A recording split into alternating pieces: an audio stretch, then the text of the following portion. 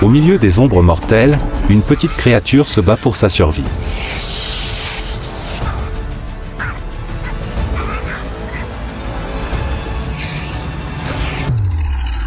Pas de rugissement, pas de course, seulement un courage d'acier.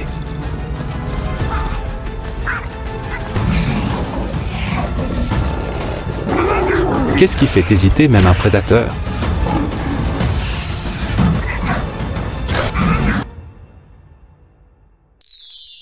Okavango. Le ratel obstiné dans l'anneau de la mort.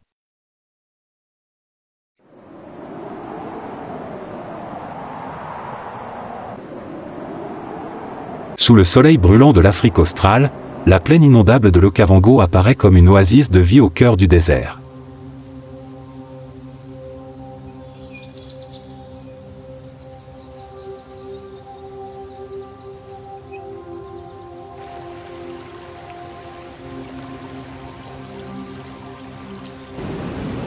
À chaque crue, l'eau du Kubango se déverse, insufflant la vie aux prairies, aux marécages et aux forêts clairsemées.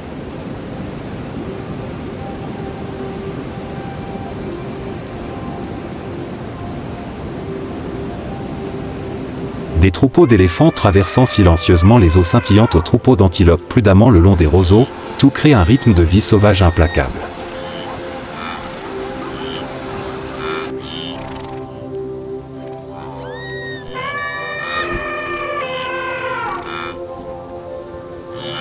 Un lieu où beauté et cruauté vont toujours de pair.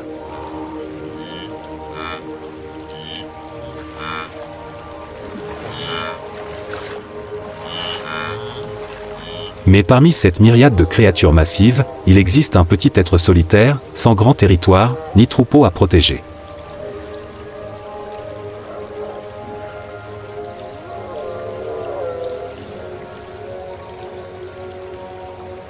Mais cela rend tous les prédateurs méfiants.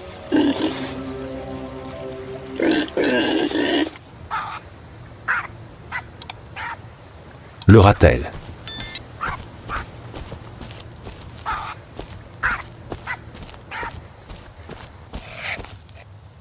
Un défi à toute la chaîne alimentaire, doté d'une obstination et d'un instinct de survie hors du commun.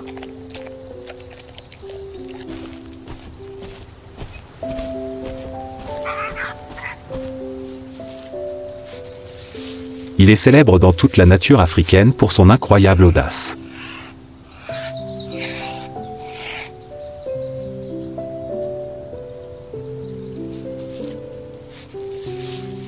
Avec son corps bas et long, son épaisse fourrure de 2 couleurs contrastées, son dos gris clair et son ventre noir foncé, il semble porter une armure naturelle.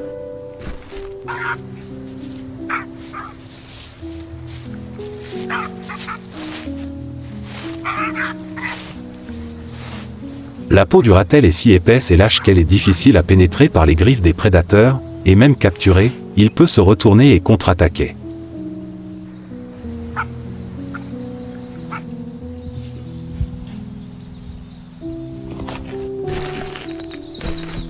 Cet animal solitaire vit dispersé dans les zones ouvertes des forêts, des prairies et des plaines inondables.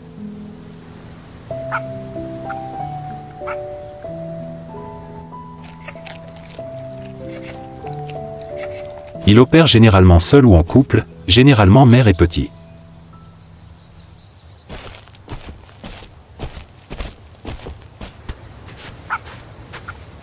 Sa survie ne dépend pas du nombre, mais de son intelligence, de sa rapidité et d'une attitude provocatrice envers quiconque ose le toucher.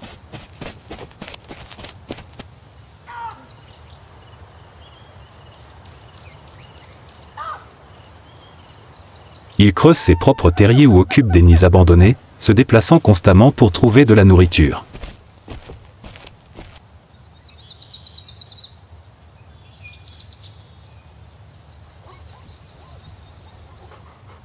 Son régime alimentaire est varié, rongeurs, insectes, serpents venimeux, araignées et même d'oiseaux.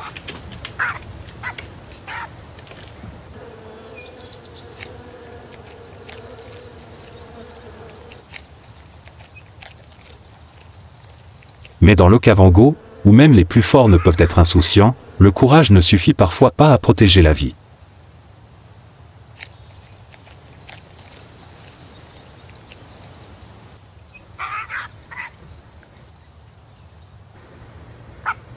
De loin, cachée dans les hautes herbes humides, une paire d'yeux dorés observe les moindres mouvements du ratel.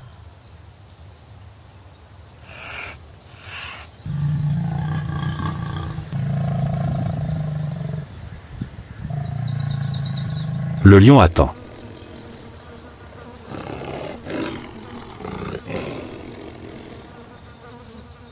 Les lions, symbole de puissance dans la savane.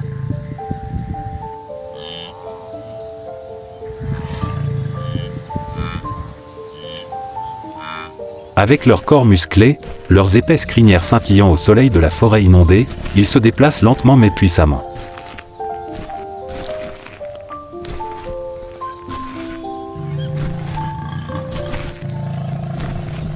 Inutile de se précipiter.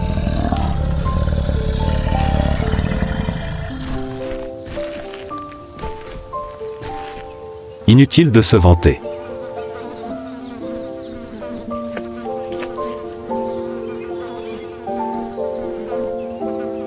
Dans l'Okavango, les lions ne sont pas seulement les maîtres du territoire, ils incarnent aussi un ordre implacable.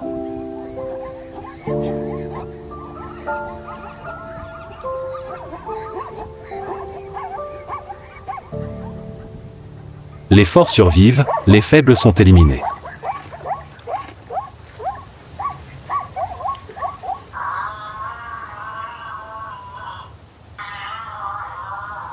Ils se déplacent en groupe, généralement un groupe de femelles coordonnant la chasse, tandis que les mâles protègent le territoire.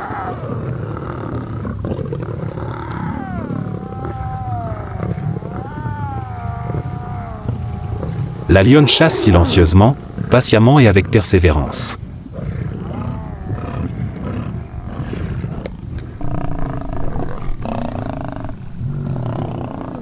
Et en ce moment même, un ratel creuse le sol à la recherche de nourriture.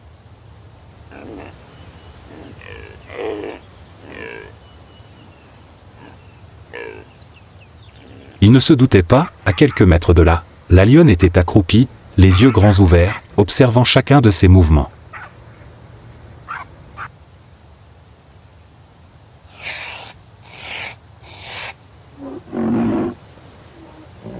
L'atmosphère était tendue.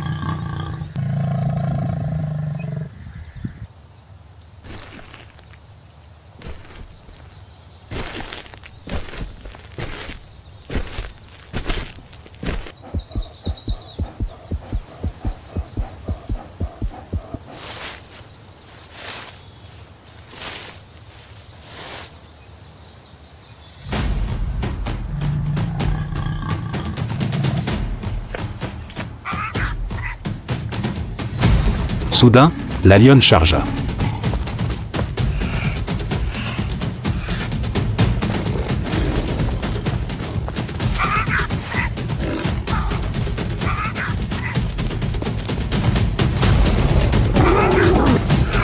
En quelques secondes, tout était fini.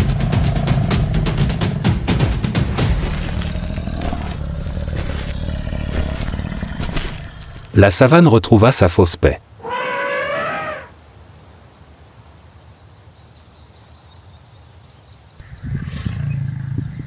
Les lions se rassemblèrent autour de leur nourriture fraîchement récoltée, entrecoupée de grognements sourds, tel un festin silencieux dans un monde où l'hésitation n'avait pas sa place.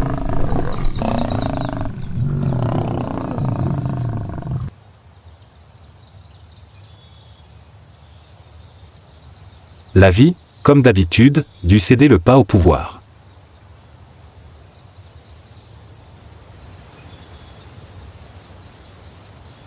Un guerrier était tombé.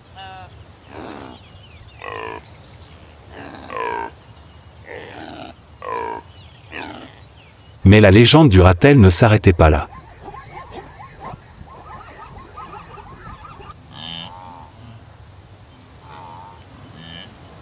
Car dans l'Okavango, lorsqu'une génération succombe aux dures lois, le cycle de la vie continue.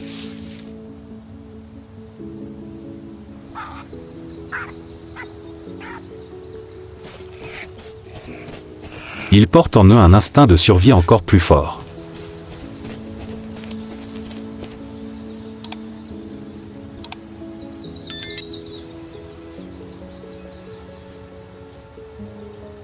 Dans la rudesse de la nature, où il n'existe aucun endroit véritablement sûr, une femelle ratel prend soin de ses petits en silence.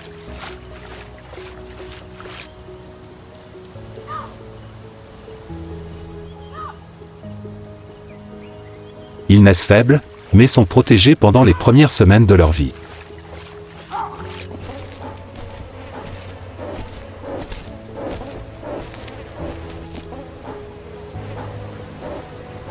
La mère élève ses petits seuls, sans l'aide d'un mâle, mais sa patience et son instinct de survie ont fait d'elle l'une des mères les plus résilientes d'Afrique.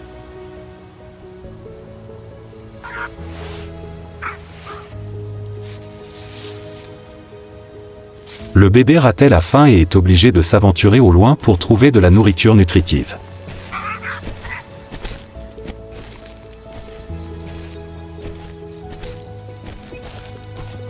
Pas de souris ni d'insectes.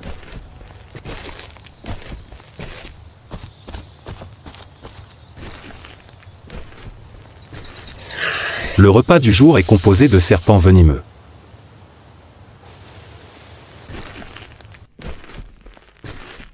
Grâce à son instinct inné, le corps du ratel est capable de résister au venin de nombreux serpents mortels, des cobras au craie.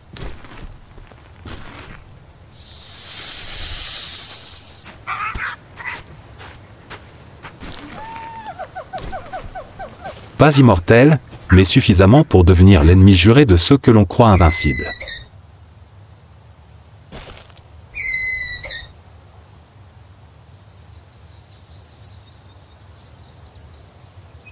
Le soleil baignait la savane de l'Okavango, où les herbes basses bruissaient dans la douce brise, révélant un léger mouvement entre les fissures de la terre sèche.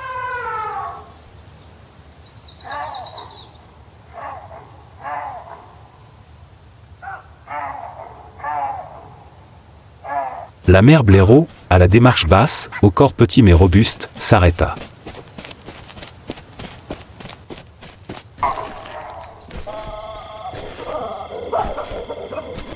Son nez tremblait légèrement, son odorat aiguisé détecta quelque chose d'inhabituel.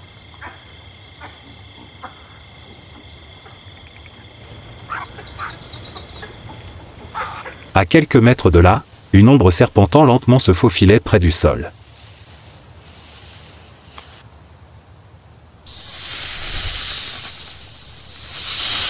Une couleuvre venimeuse et mortelle.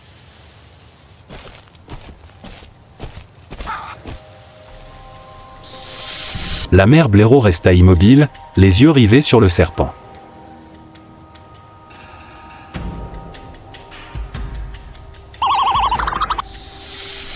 Le combat était aussi tendu qu'une corde tendue à bout.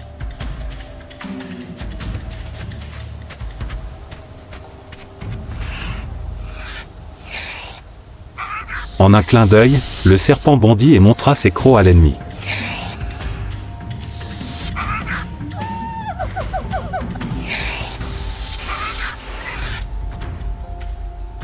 La mère blaireau n'eut pas le temps de l'éviter, elle tituba.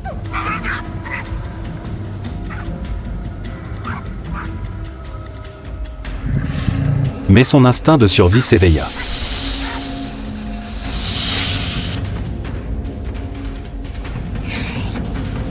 Il fut en colère, puis une morsure mortelle s'abattit sur celui qui venait de l'attaquer.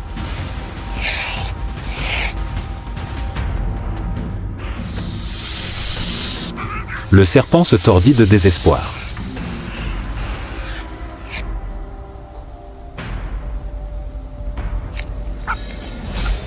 Pour le ratel, ce n'était pas seulement un repas, mais aussi un témoignage de sa position d'animal intrépide dans l'Okavango.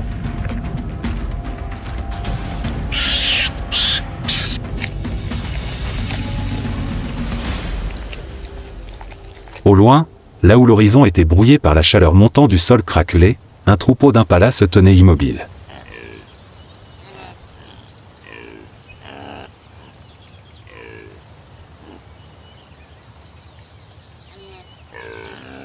Oreilles dressées, corps tendu, comme si la savane entière retenait son souffle.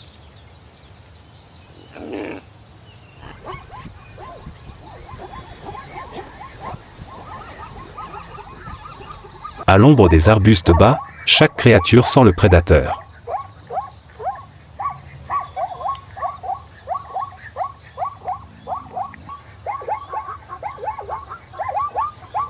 Le léopard d'Afrique, symbole de ruse et de silence à l'état sauvage, est l'un des prédateurs les plus solitaires et les plus mystérieux de l'écosystème de l'Okavango.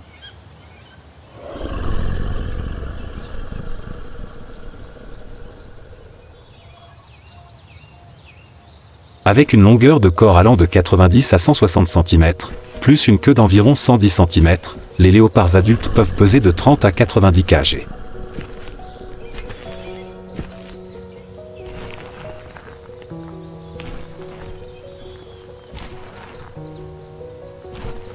Ils possèdent un corps gracieux mais musclé, recouvert d'une fourrure jaune clair à jaune foncé, parsemée de rosettes noires uniques à chaque individu.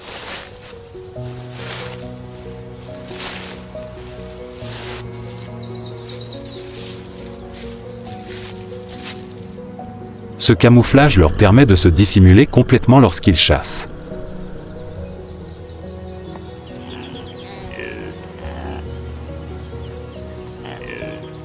Solitaires, les léopards ne s'accouplent que brièvement pendant la saison de reproduction, qui peut durer toute l'année.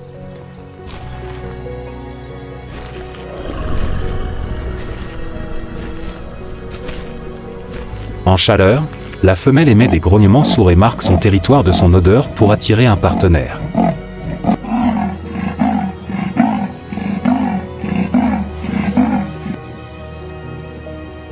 La gestation dure environ 105 jours, après quoi la femelle léopard donne naissance à 1 à 4 petits, généralement 2.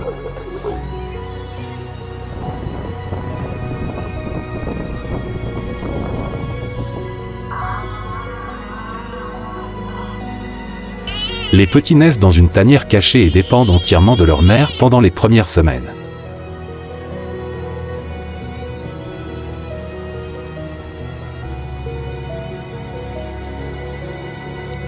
Ce n'est qu'à l'âge de 6 à 8 semaines qu'ils quittent la tanière pour suivre leur mère dans leur premier voyage.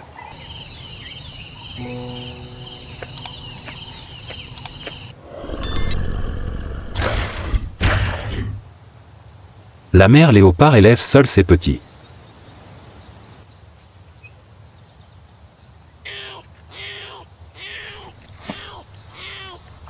Élever ses petits et protéger son territoire la contraint à chasser régulièrement.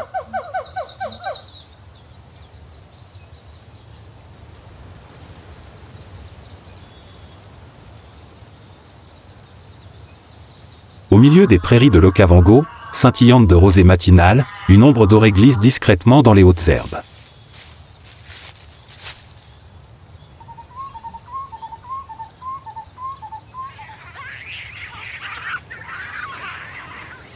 Le léopard a choisi sa cible du jour.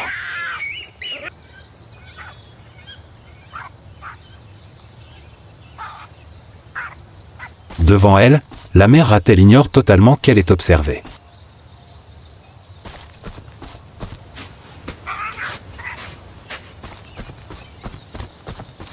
Rencontrant entre deux espèces qui se rencontrent rarement dans la nature.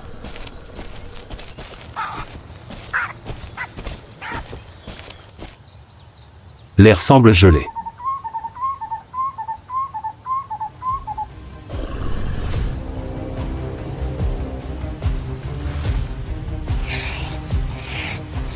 Le léopard bondit de sa cachette et s'enfuit.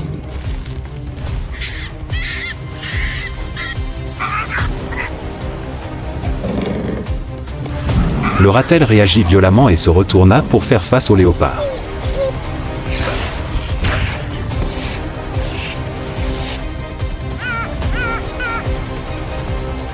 La différence était flagrante.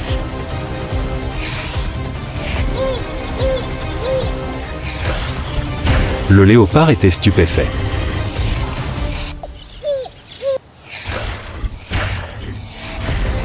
Il ne s'attendait pas à ce que cette petite créature soit si féroce.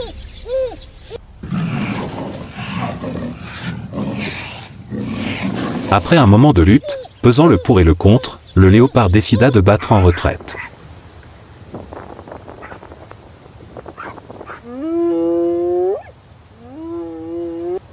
Il regarda sa proie obstinée d'un œil méfiant, puis disparut discrètement dans les hautes herbes.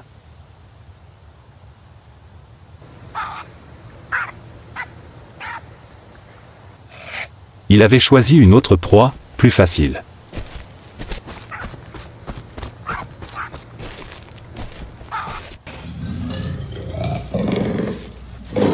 La mère Ratel, avec quelques égratignures mais toujours aussi fière, rapporta le butin à la grotte.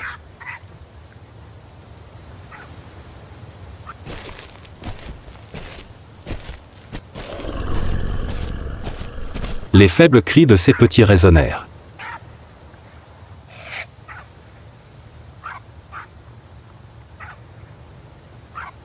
Sous le coucher de soleil de l'Okavango, l'image d'une mère résiliente prenant soin de la génération suivante est la preuve la plus éloquente de la vie.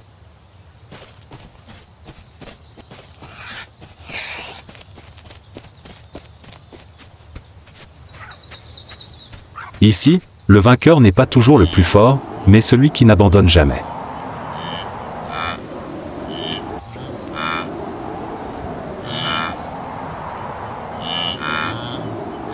Le Ratel n'est pas immortel, mais son obstination lui a permis de graver son nom dans la légende de cette terre hostile.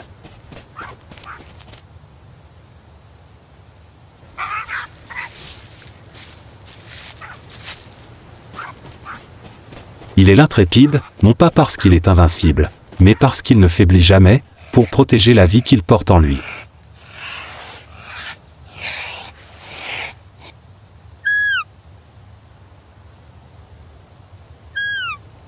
Ici, chaque créature a une histoire.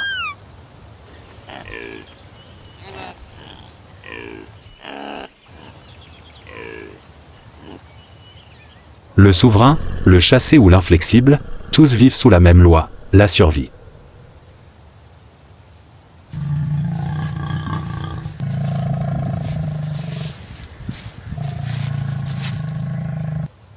La bataille n'est pas seulement une question de force physique.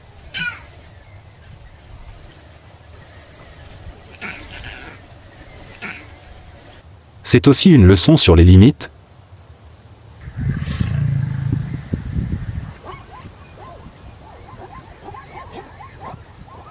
sur le prix de la fierté.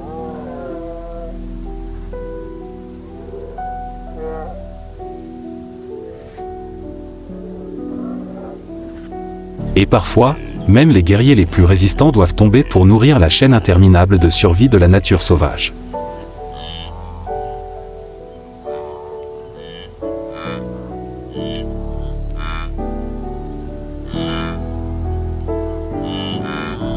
Aucune mort n'est insignifiante.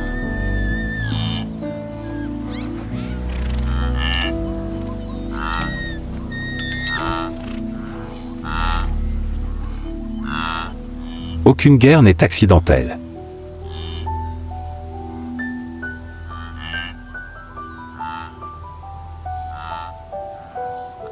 Tout est écrit dans le langage le plus primitif, l'instinct.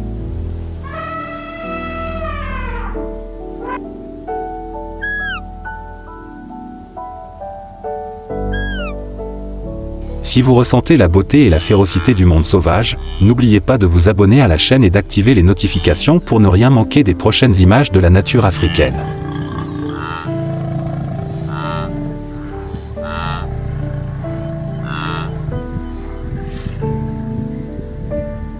Laissez un commentaire, partagez le sujet que vous souhaitez explorer.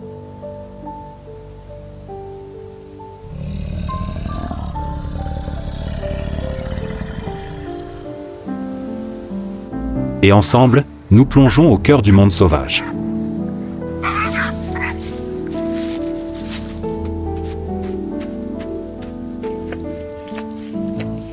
Là où la survie n'est pas un choix, mais une mission.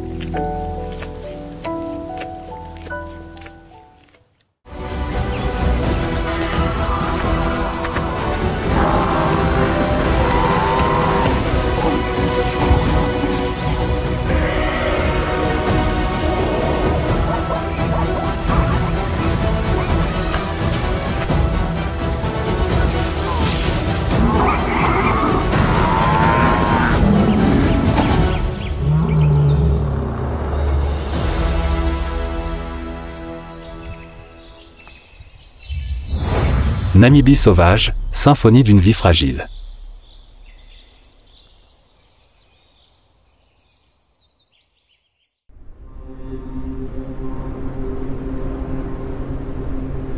À l'extrême sud-ouest du continent sombre, où des vents secs soufflent sur d'interminables étendues de sable, existe une terre apparemment oubliée par le temps.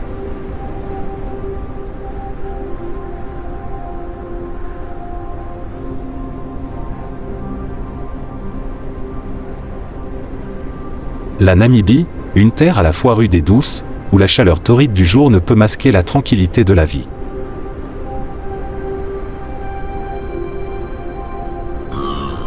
Ce n'est pas qu'il n'y a pas de danger ici. Mais la vie ici ne crie pas, ne se bat pas.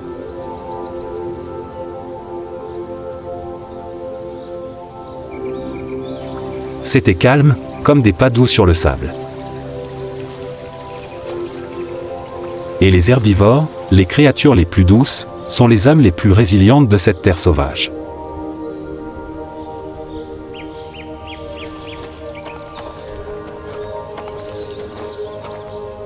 À l'horizon, un coup s'étendait silencieusement comme une tour au milieu de la plaine.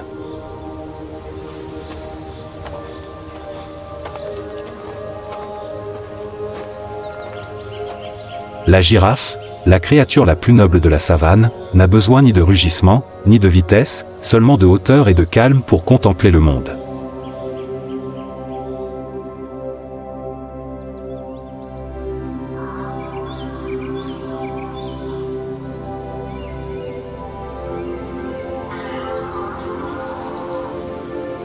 Girafe de Namibie, marchant lentement à travers les broussailles sèches, sa silhouette robuste se dessinant comme une ligne sur le ciel enflammé.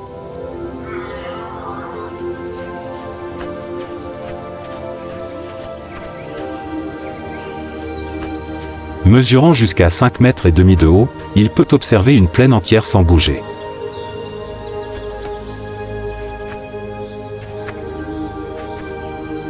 Chaque pas était doux, comme s'il ne voulait pas perturber l'air ambiant.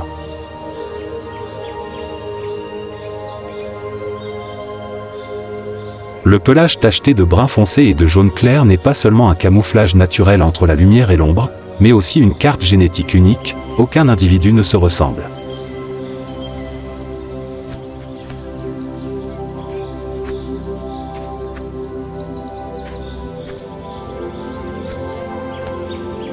Chacune d'entre elles est une empreinte digitale de la prairie. Les girafes sont les maîtres du silence. Ils n'émettent aucun son, n'ont pas d'expression féroce, mais agissent comme des gardiens pour le troupeau d'herbivores.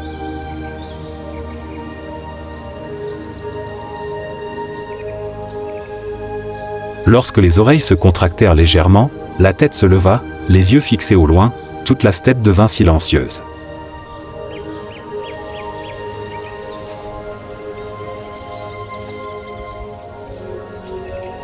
C'est un signal non verbal indiquant que quelque chose arrive. Leur régime alimentaire est particulier, les feuilles d'acacia, que de nombreuses espèces évitent, sont un favori grâce à leur langue d'un demi-mètre de long, suffisamment souple et rugueuse pour se faufiler à travers les épines et arracher chaque jeune feuille.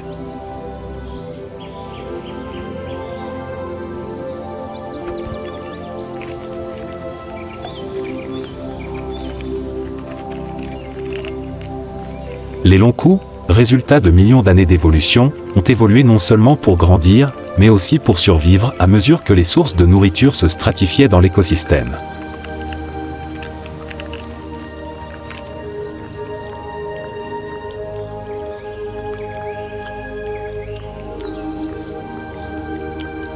Boire de l'eau, en apparence simple, est le moment le plus dangereux.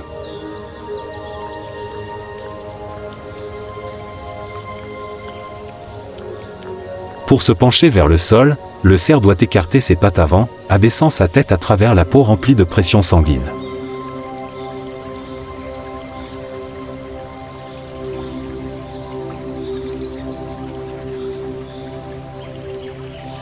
C'est la position la plus désespérée et le moment idéal pour qu'un prédateur se mette à l'affût.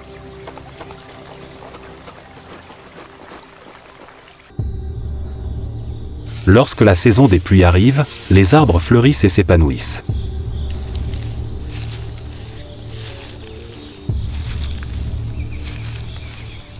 c'est aussi le moment où les mâles commencent leur bataille pour trouver des partenaires.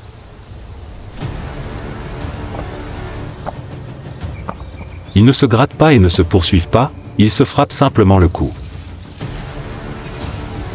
Un coup plus grand, plus lourd et plus fort est souvent un avantage pour obtenir des droits de reproduction.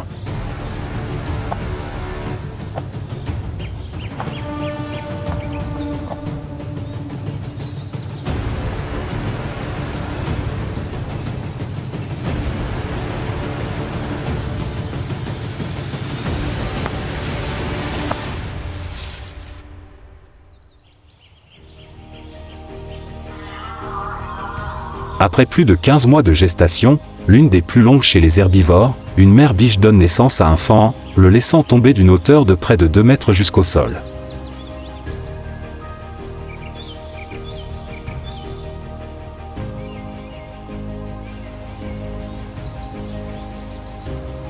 La première chute dans la vie est aussi la première épreuve de la vie.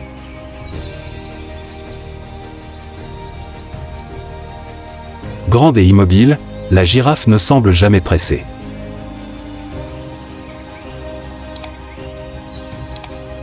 Mais c'est cette constance qui les a portés à travers des millions d'années de changements, comme une note tranquille dans la musique vitale de la steppe.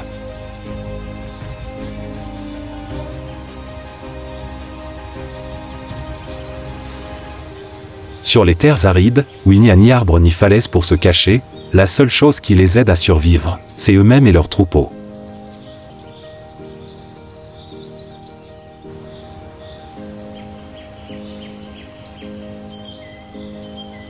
Les zèbres, les rayures mobiles de la savane, sont des symboles vivants d'ordre dans un monde chaotique.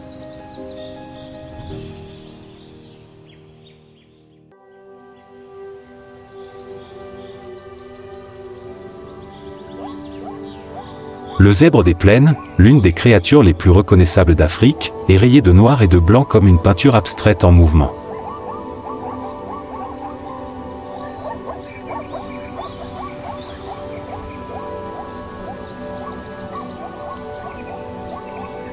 Chaque individu est un modèle unique de la nature, aucun zèbre ne possède de rayures identiques.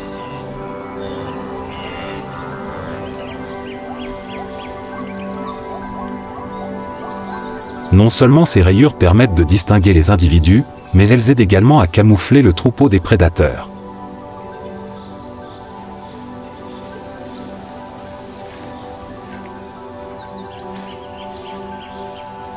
Lorsqu'ils se déplacent en groupe, les rayures entrelacées créent une illusion d'optique qui perturbe la capacité du lion ou de la hyène à localiser sa cible.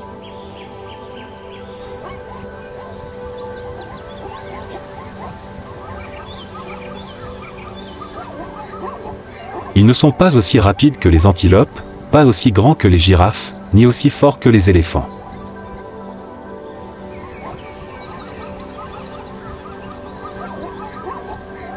Mais ils ont quelque chose que beaucoup d'espèces n'ont pas, la discipline et l'unité.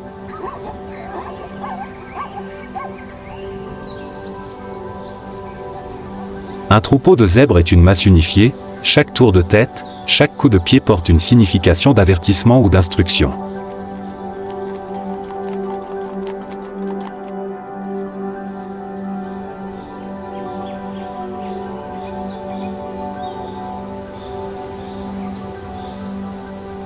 La reproduction a lieu toute l'année, mais elle est généralement concentrée au début de la saison des pluies, lorsque la nourriture est plus abondante et que les jeunes ont de meilleures chances de survie.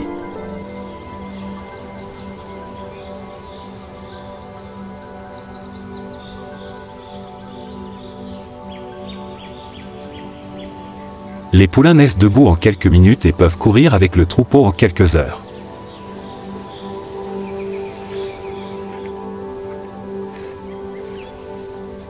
Car dans cette steppe, les faibles n'ont pas beaucoup de temps pour apprendre à survivre.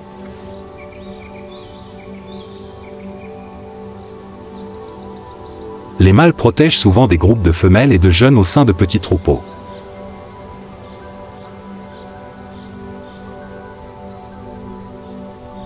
Ils sont prêts à lancer des coups de pied féroces pour riposter contre les ennemis.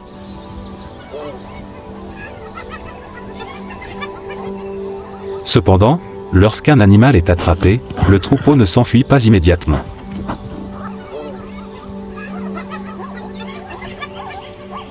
Ils tournèrent la tête pour regarder en arrière, comme un adieu silencieux, avant de continuer leur voyage.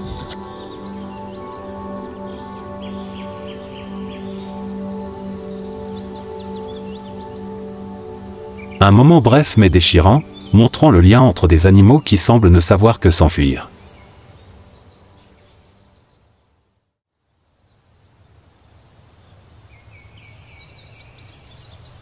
Mais tous les dangers ne viennent pas de l'extérieur.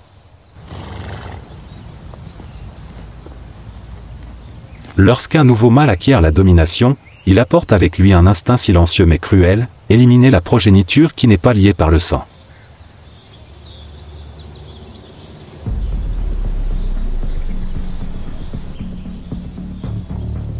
Sur l'herbe encore humide de rosée, un nouveau-né est né, tremblant encore dans son premier souffle.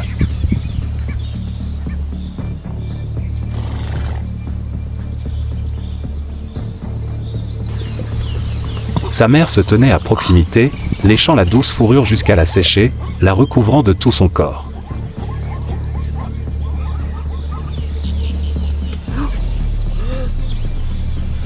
Depuis le bord du troupeau, le mâle s'est approché. Aucune hésitation. Il sait que ce bébé n'est pas le sien. Il attaque les jeunes.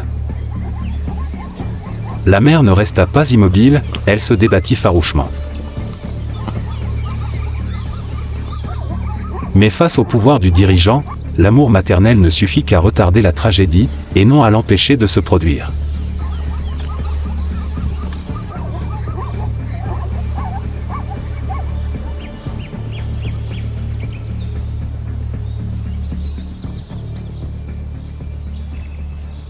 Ils ne sont ni les plus forts, ni les plus rapides. Mais les zèbres, avec leur attachement silencieux et leur instinct de défense collective, témoignent d'une vérité naturelle. Dans un monde hostile, la survie n'est pas seulement une question de force, mais aussi l'art de l'unité.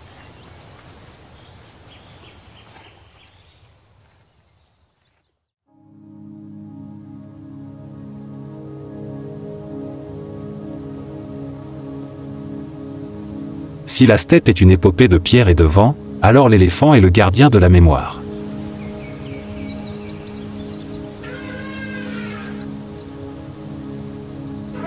Aucune autre espèce ne se souvient des anciens sentiers, des anciens points d'eau ou des anciennes aires d'alimentation comme eux.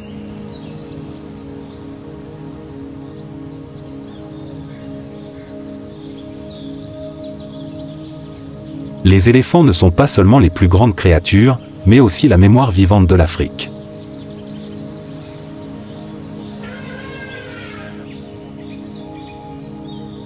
Les éléphants d'Afrique sont les plus grands animaux terrestres du monde, mais en Namibie, ils prennent une forme différente.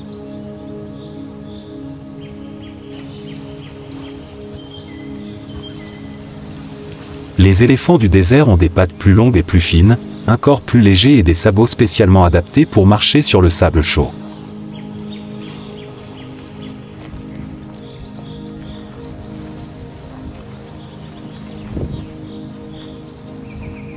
Ils sont des exemples vivants de la capacité d'adaptation résiliente de la vie dans des environnements difficiles.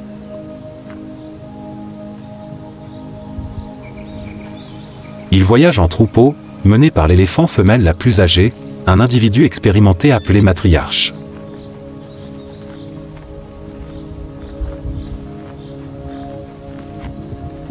Sans carte, sans panneau, elle se souvenait clairement de chaque ruisseau qui s'était asséché, de chaque terre qui avait été trempée, de chaque arbre qui avait poussé après la pluie.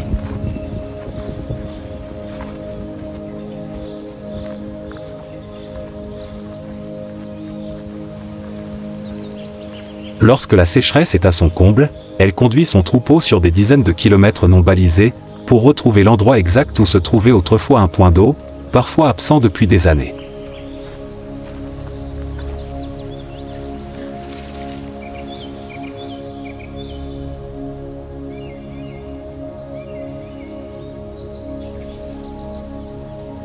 Leurs trompes sont des outils polyvalents, elles sentent, touchent, creusent, tirent, arrosent et même apaisent.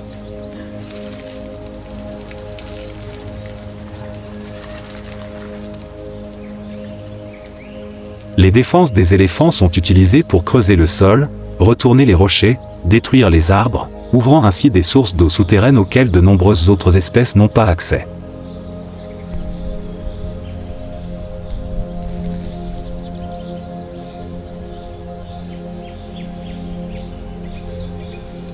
Invisiblement, ils deviennent des « ingénieurs écologiques », régénérant le flux de la vie sur des terres stériles.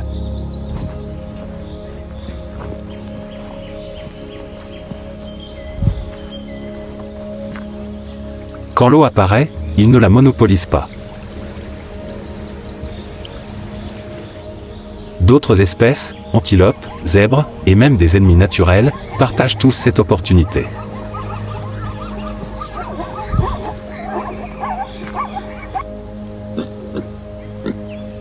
Parce que les éléphants savent que là où il y a de la vie, il y a de l'espoir.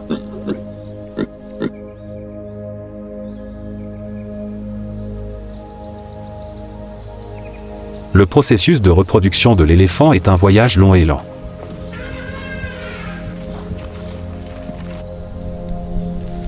La gestation dure jusqu'à 22 mois, la plus longue du monde des mammifères.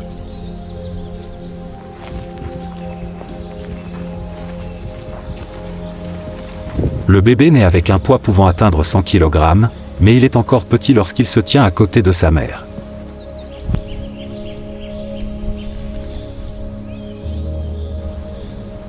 La mère éléphant, ainsi que tout le troupeau, protège son bébé comme un bien précieux, car chaque nouveau-né est une lueur d'espoir dans le désert sec et dangereux.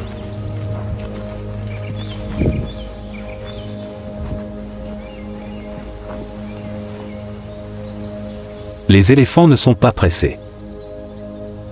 Mais chaque pas qu'ils font change le paysage.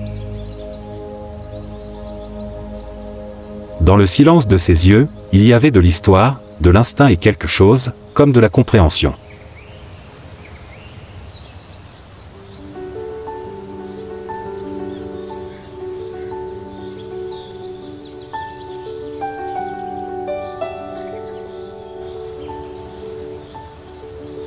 Parmi les géants de la savane, éléphants, girafes, zèbres, il existe une petite créature apparemment fragile.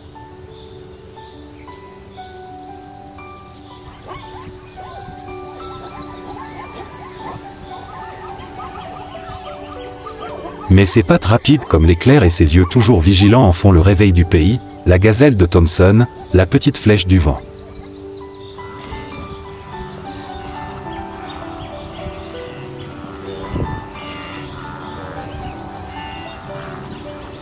La gazelle de Thomson, l'un des plus petits herbivores des prairies namibiennes, a un corps mince et musclé et des cornes légèrement courbées et pointues qui ressemblent à un vent glissant.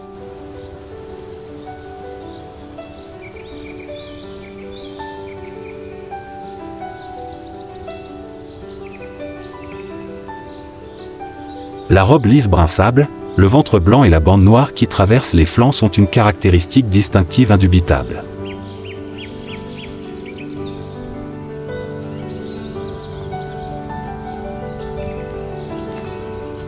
Ils vivent en petits troupeaux mobiles et restent rarement immobiles.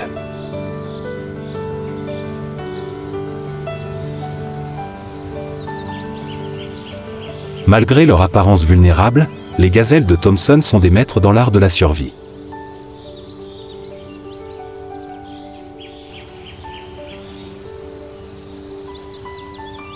Non pas par la force, mais par la vitesse et les réflexes. Lorsqu'ils détectent un prédateur, ils sautent dans une danse de « stotting », un saut vertical avec les quatre pattes ensemble, comme un avertissement à leurs semblables et un défi à l'ennemi.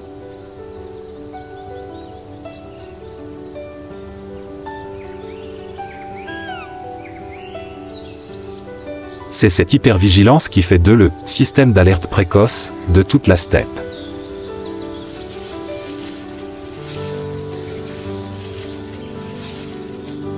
Lorsqu'une gazelle surgit du sol, un troupeau de zèbres, de girafes et même d'éléphants s'arrête pour l'écouter.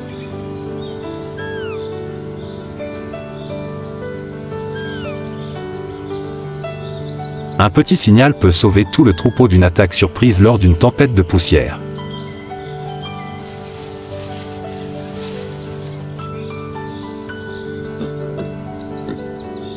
Ils se nourrissent d'herbes courtes, des plantes que les espèces plus grandes ignorent souvent.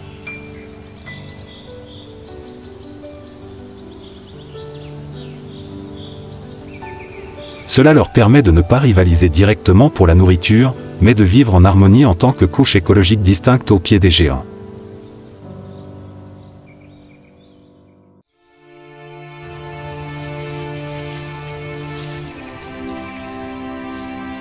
La saison de reproduction arrive rapidement et de manière urgente.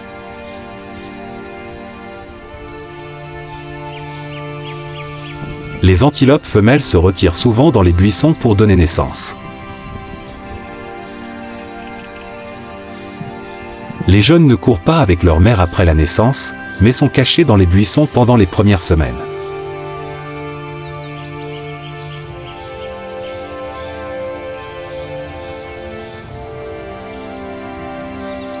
Une seule fois par jour, la mère revient téter, puis repart, pour éviter d'attirer les prédateurs.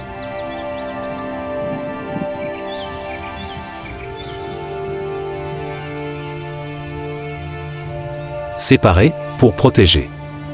Séparés, pour une chance de se retrouver. Ils ne sont ni forts ni grands.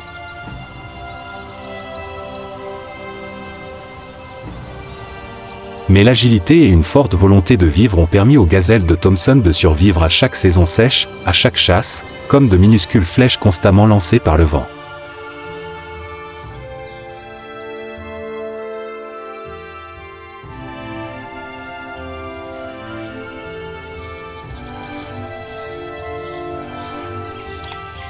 Alors que le soleil se couchait derrière les montagnes arides à l'ouest, toute la steppe semblait retenir son souffle.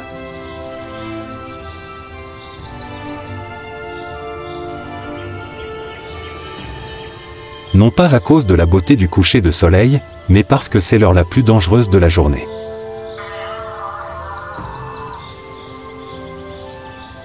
Au milieu de la sécheresse, il ne restait plus qu'une petite flaque d'eau. Et c'est là qu'ils devaient tous aller. Une dépression retient plusieurs dizaines de mètres d'eau boueuse. L'odeur de la terre, l'odeur de l'herbe pourrie, l'odeur de la vie rassemblée au milieu d'une grande terre aride.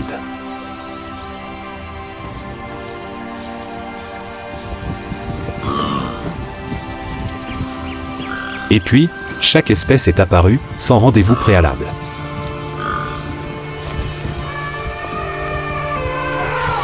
L'éléphant prit la tête, chaque pas étant lourd mais régulier.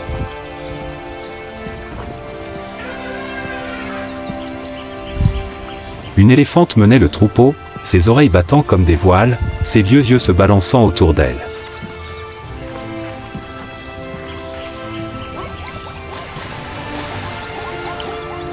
Le zèbre le suivit, s'efforçant mais incapable de résister à la soif.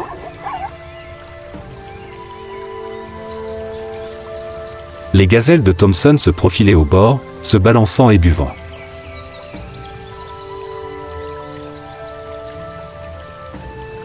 De loin, la girafe se tenait immobile comme une statue, ses yeux imposants scrutant l'espace.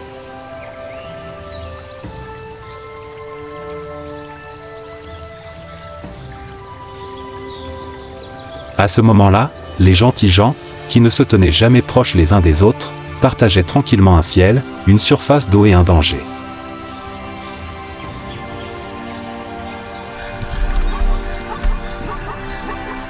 Le vent a changé de direction. Plusieurs zèbres ont levé la tête. Antilope qui remue les oreilles. Le vieil éléphant s'arrêta, les yeux grands ouverts. Mais trop tard. Une silhouette traversa le foin, puis deux autres, puis tout un troupeau. Les lions. Ils ont attendu toute la journée. Attendez que la steppe n'ait plus qu'un seul endroit où boire. Et quand ils en ont eu l'occasion, ils se sont divisés en petits groupes et ont commencé à charger. Les éléphants rugissaient. Le zèbre s'est retourné et s'est enfui, la poussière rouge a rempli le ciel. Les gazelles de Thompson se sont envolées en zigzag, mais un petit n'a pas réussi à rattraper sa mère. Et en un éclair, une ombre dorée fondit sur nous et bondit. La jeune antilope a été attrapée par la lionne. Le lion ramena sa proie au milieu du troupeau et, aussitôt, d'autres ombres se précipitèrent.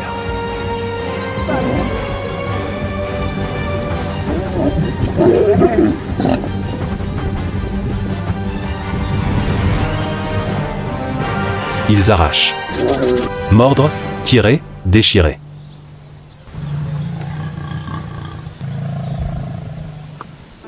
Un groupe de lions suivait silencieusement une girafe vieille et faible. Ils traquent chaque pas.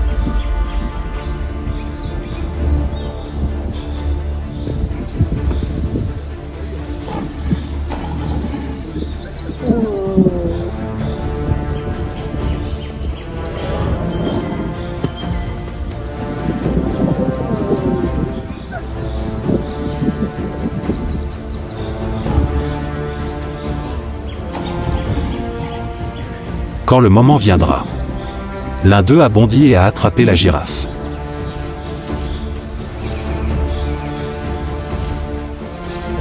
La girafe a perdu l'équilibre et est tombée lourdement. Une mort lente.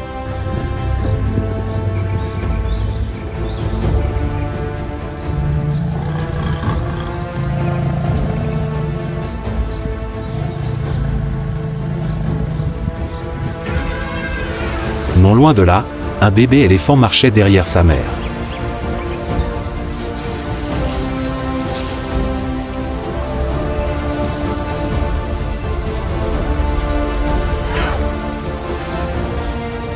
Mais soudain, un autre groupe de lions est apparu des buissons.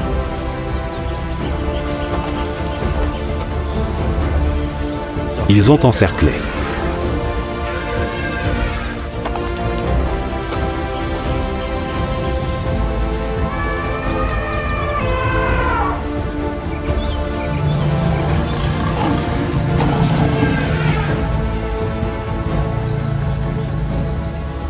Le corps du bébé éléphant reposait tranquillement sur le sol, sa chaleur dissipée par le vent.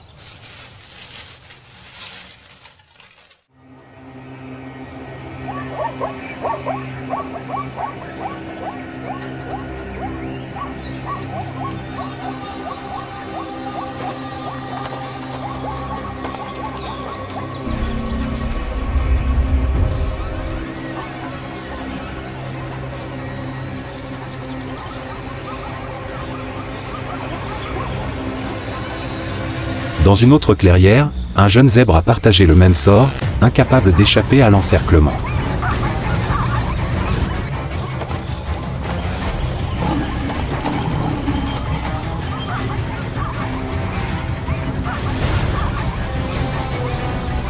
Il a été traîné au milieu du sable volant et des griffes. Une meute de lions s'est précipitée sans attendre.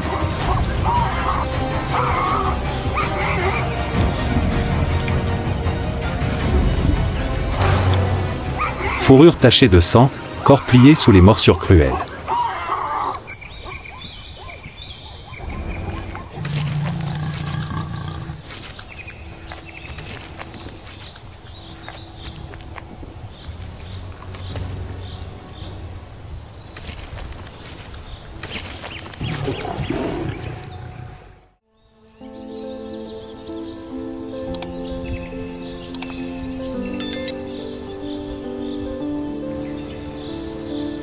En quelques minutes, la steppe, qui était restée silencieuse toute la journée, est soudainement devenue une scène chaotique d'instinct et de destin.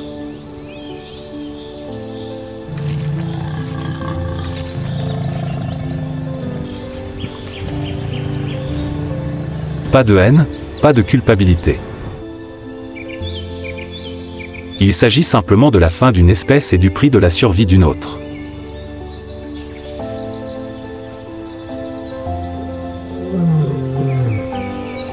Le vent soufflait sur les prairies comme si aucun sang n'avait jamais été versé.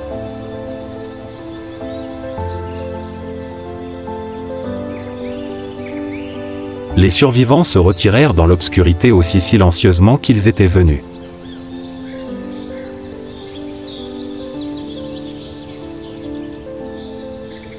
La flaque d'eau est devenue silencieuse.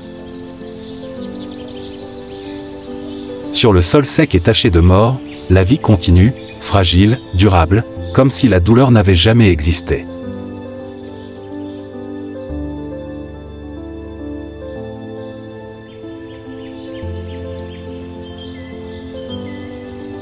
En Namibie, la vie est calme.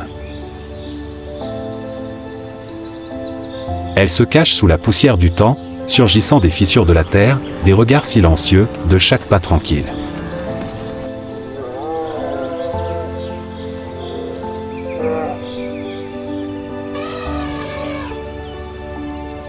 Et au milieu de ce désert apparemment silencieux, les 12 gens continuent leur voyage, avec un courage muet, mais aussi constant que le vent et le sable de cet endroit.